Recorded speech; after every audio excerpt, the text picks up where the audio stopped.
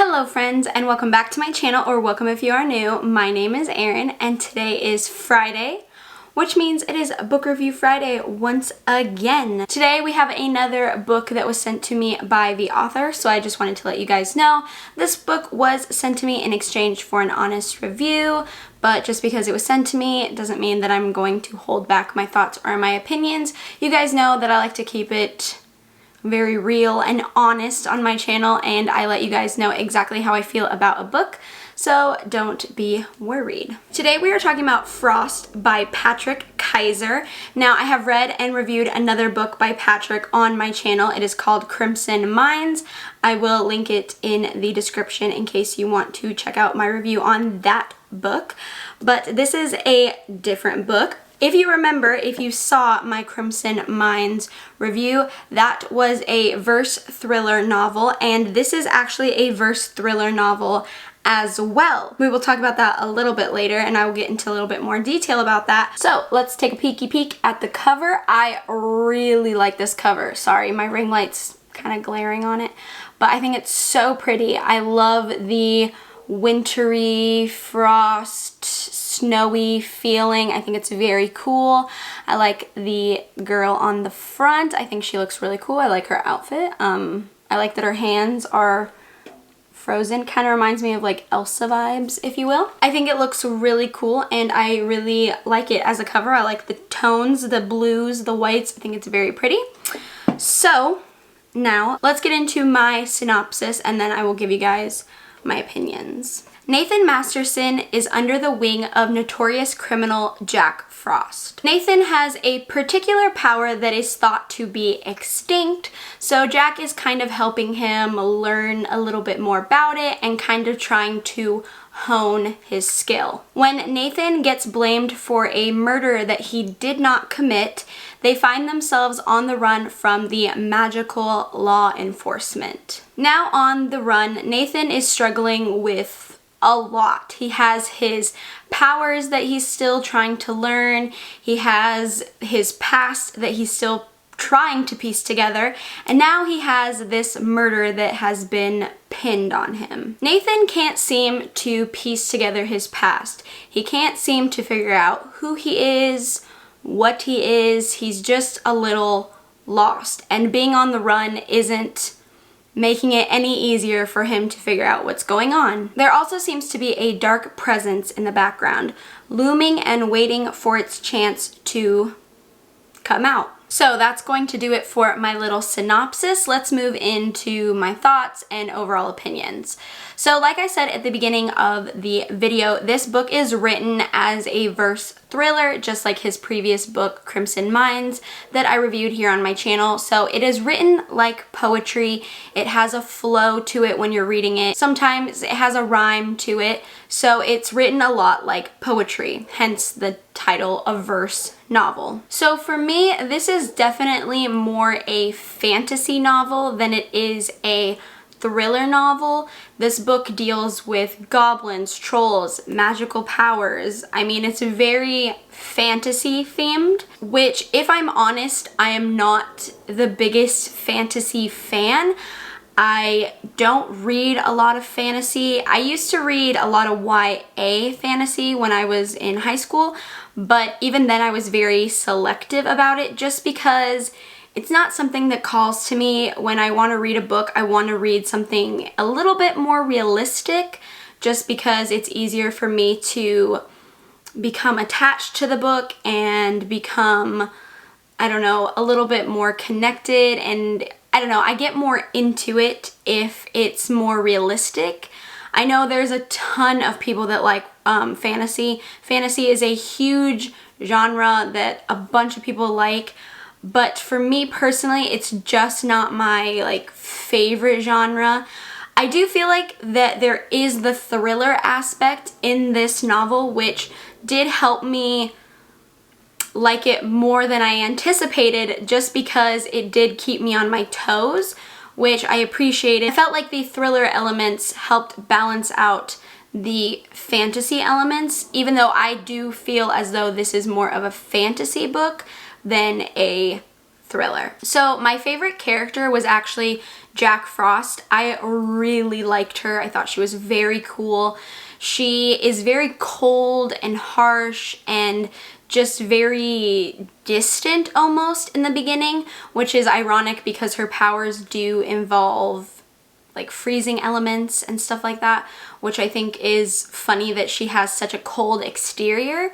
But as the story goes on, you learn a lot about her, and I just found her to be very likable after you learn so much about her. I didn't necessarily like her in the first half of the book, even though I thought she was cool and kind of, you know, she had cool powers and stuff like that. I wasn't necessarily like in love with her character until a certain point when you learn more about her, and then she just became my favorite. I thought she was so cool. She was the best character in my opinion, and I actually prefer her to the main character, Nathan. I just felt like Jack is way cooler than him. So personally, I connected more with Jack than I did Nathan. Nathan was just kind of there for me.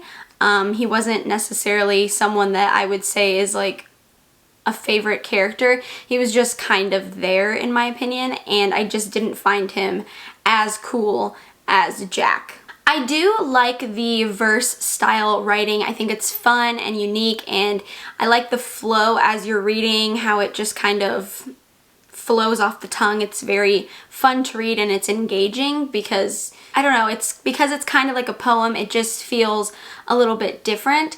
I do feel like the verse writing could hinder the plot just a tiny bit in some aspects. I think Patrick does a really good job of trying to explain as best as he can what's going on in the story, but because it is written as a poem or like poetry, it's very few sentences. It's not a lot of, you know, long, overdrawn, flowery, you know, descriptive sentences. It's very you know, like this is what's happening. And I think that could be a problem for some people, just because I think people who need that description and need that explanation won't get that from this book. I think Patrick does the best he can to explain exactly what's happening with the little sentences he does have. I think that some people might not love this style just based on the way how they read and take in information. So I think it's going to be a personal preference. If you really like poetry and you like poems and you like the way they're written, then you might love this, or you could not like this. I personally didn't hate the verse style. I like it. I think it's fun. I could see how it could be a problem for other people, so just bear that in mind if you are not a fan of poetry or reading things in verse style. This probably isn't the book for you. The ending was good. I felt like it was a perfect setup for another book, which I'm assuming is what Patrick is doing, since the title is The Deathbringer Chronicles and then it says Frost underneath. So I'm assuming this is going to be a series of some sort. I think the ending did a good job of leaving you hanging just enough that you would want to pick up the next book, but not leaving you on this giant cliffhanger where you have no idea what's happening and you're gonna be super mad if you can't read the next book immediately. So I thought it was a very good balanced ending for another book to come in. This is a very fast read as well. The book is about 300 pages, but because of the style of writing and the very few sentences per page, it doesn't take you long to fly through this book. It's a very fast read. So I think if you're just wanting something to, I don't know, very easy to read and kind of fun and not too serious or anything like that, I feel like this would be a good book to like kind of like a filler book between books if you don't feel like reading anything in your TBR. This would be a good book to fill the need of reading, but it would be very different than something else you have. Overall, I think the idea is really cool. I think the plot is unique. The verse style is very unique. I haven't read anything like it except for his other book.